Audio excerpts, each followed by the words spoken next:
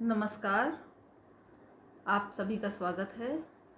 मैं डॉक्टर हेमा गुप्ता संस्कृत में प्राध्यापक हूँ और राजकीय कला महाविद्यालय कोटा में कार्यरत हूँ।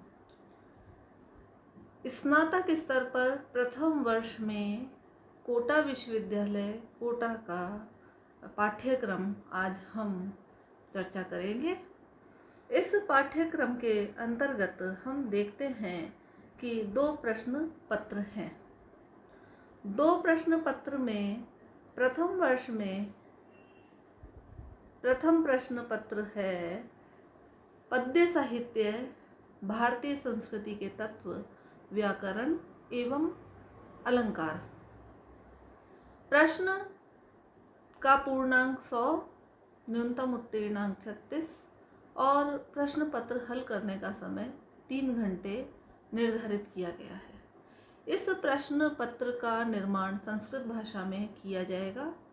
इसका तात्पर्य यह नहीं है कि आपको पूरा प्रश्न पत्र संस्कृत भाषा में ही हल करना है। केवल 10% अंक संस्कृत भाषा के माध्यम से उत्तर आपको देना है।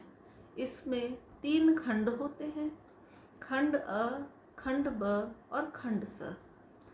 खंड अ में 10 प्रश्न हैं और 10 प्रश्न करने अनिवार्य हैं।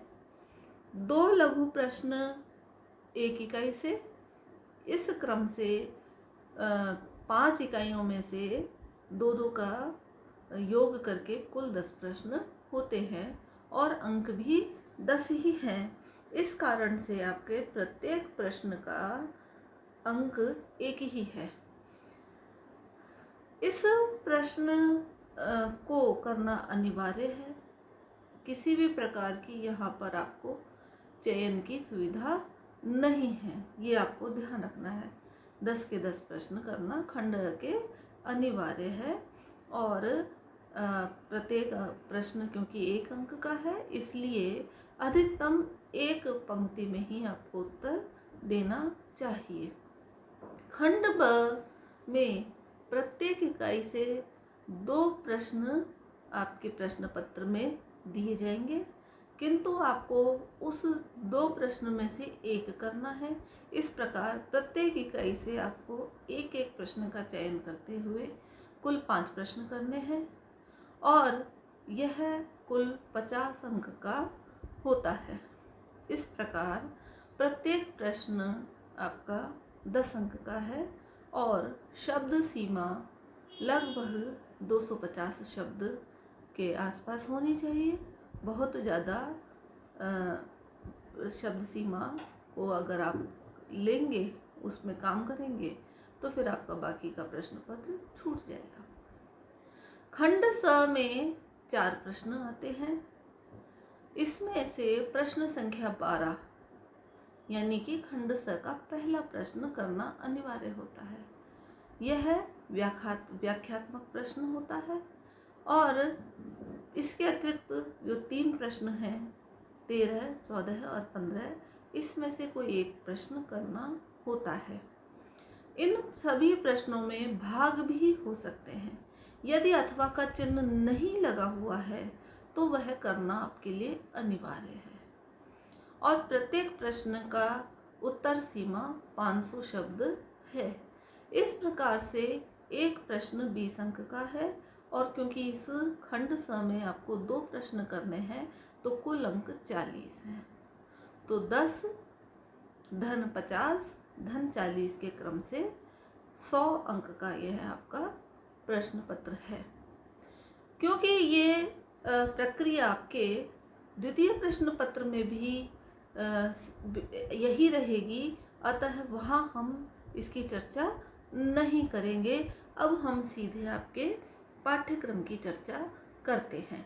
अभी आपने देखा कि खंड है 3 और इकाई है 5। अब वो किस प्रकार से उसका विभाजन होता है वो हम देखते हैं। पूरा प्रश्न पत्र 5 इकाइयों में विभाजित होता है। इकाई 1 के लिए निर्धारित है रघुवंशम का द्वितीय सर्ग। इकाई 2 के लिए निर्धारित है कुमार संभवम का पंचम सर्ग। इकाई 3 के लिए निर्धारित है भारतीय संस्कृति के तत्व। इनमें से कुछ मुख्य बिंदु योजित किए गए हैं, उन्हें ही हमें पढ़ना है, बहुत ज़्यादा नहीं पढ़ना है। भारतीय संस्कृति और उसकी व्याख्याएं और उसके आचार व्यवहार बहुत अधिक विस्तृत हैं, तो हमें यहाँ दिए गए बिंदुओं के अंतर्गत ही अध्ययन करना है। इकाई 4 व्याकरण में शब्द रूप और धातु रूपों के लिए निर्धारित है।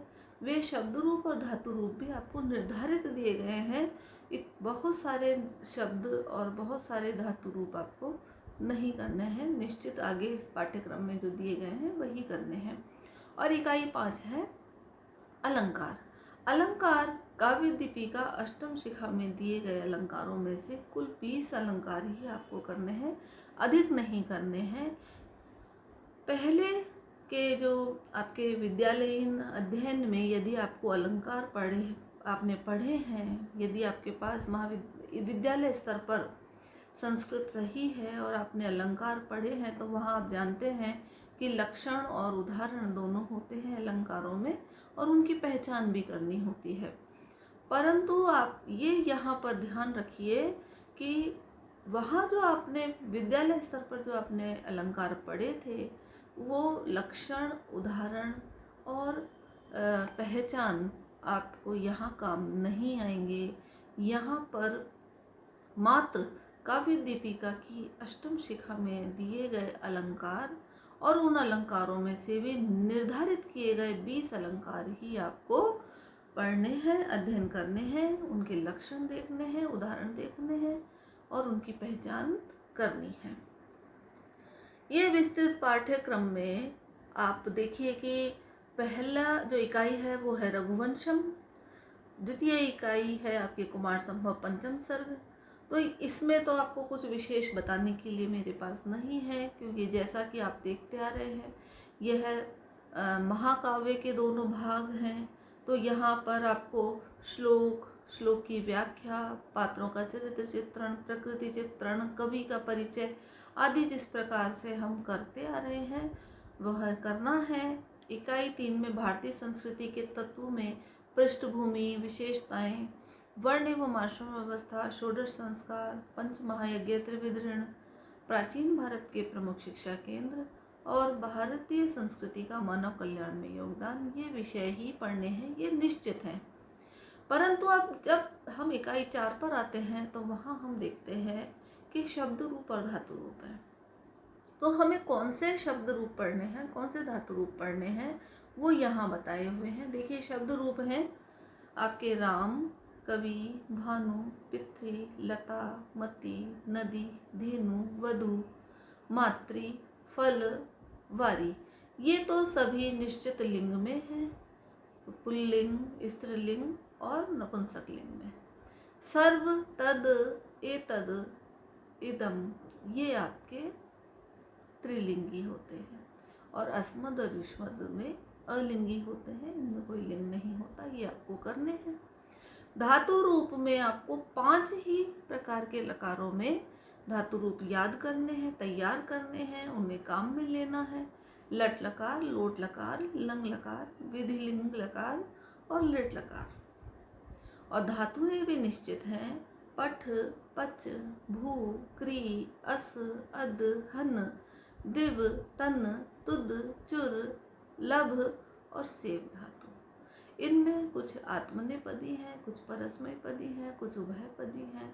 आपको वो है ध्यान रख के करना है। 5वीं इकाई है आपकी अलंकार। अलंकार मैंने जैसे कि अभी आपको बताया कि काव्य दीपिका की अष्टम शिखा अलंकार है, में अलंकार निर्धारित किए गए हैं। इन अलंकारों में से 20 अलंकार आपको भेदोपभेद रहित करने हैं।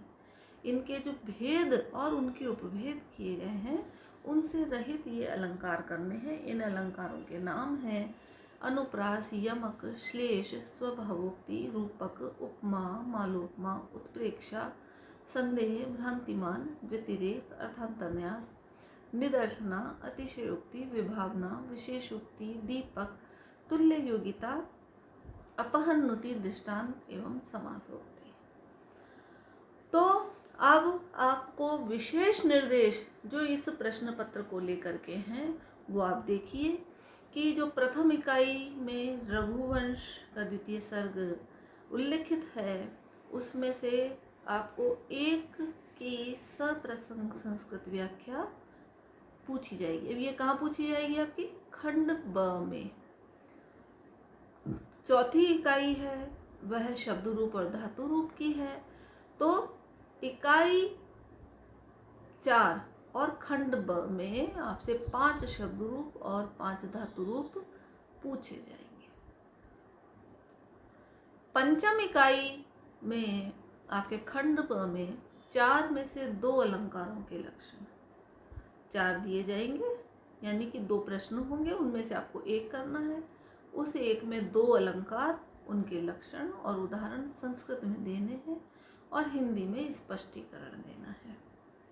और शेष इकाइयों से सामान्य प्रश्न प्रष्टव्य है और संस्कृत व्याख्या केवल मात्र रघुवंश के द्वितीय सर्ग में से ही आपके पूछी जाएगी, वह भी खंड ब में। अब हम खंड स की बात करें तो खंड स का प्रश्न 12 का अंक विभाजन इस प्रकार से है। प्रथम इकाई रघुवंश के द्वितीय सर्ग में से एक श्लोक की सप्रसंग व्याख्या करनी दिए जाएंगे आपको 2, और उनमें से एक श्लोक की सप्रसंग व्याख्या की जानी है। इसका माध्यम आप हिंदी, संस्कृत अथवा अंग्रेजी कुछ भी रख सकते हैं। माध्यम तो आपको एक ही चयन करना होगा, हिंदी, संस्कृत अथवा अंग्रेजी, किंतु जहाँ निर्दिष्ट है कि सप्रसंग संस्कृत व्याख्या करें तो वहाँ पर सप्रसंग संस्कृत व्याख्या करनी है, संस्कृत माध्यम में ही करनी है। प्रश्न 12 का जो दूसरा भाग है उसमें द्वितीय इकाई कुमार संभव के पंचम सर्ग में से 2 प्रश्न दिए जाएंगे, परंतु आपको एक ही करना है, एक श्लोक की सप्रसंग व्याख्या करनी है। अब ये जो रघुवंश और कुमार संभव 2 जो इकाई है आपकी वो प्रश्न 12 में सिमट गई। तो अब बची 3 में क्या बचा आपका? भारतीय संस्कृति के तत्व, शब्द रूप, धातु रूप तथा अलंकार। जो शेष प्रश्न है 13, 14 और 15 वो इन 3 इकाइयों में से किए जाएंगे, आपको इनमें से एक को करना है।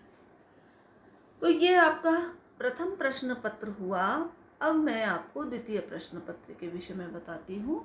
द्वितीय प्रश्न पत्र का आपका नाम है नाटक, कथा साहित्य, अनुवाद एवं व्याकरण।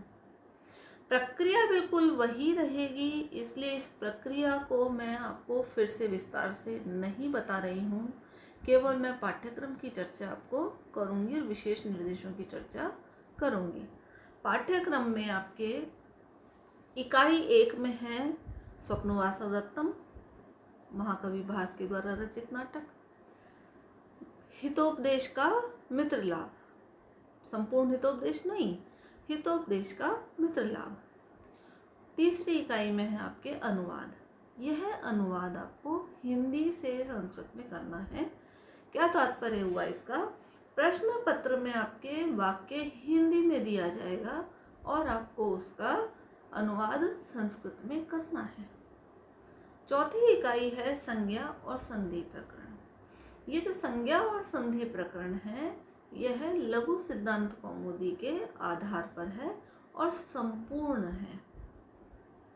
इसमें से आपको संज्ञा प्रकरण में से 4 अंक का और संधि प्रकरण में से 6 अंक का प्रश्न पूछा जाएगा, यानी संज्ञा प्रकरण में से 2 प्रश्न पूछे जाएंगे और संधि प्रकरण में से आपसे 3 प्रश्न पूछे जाएंगे।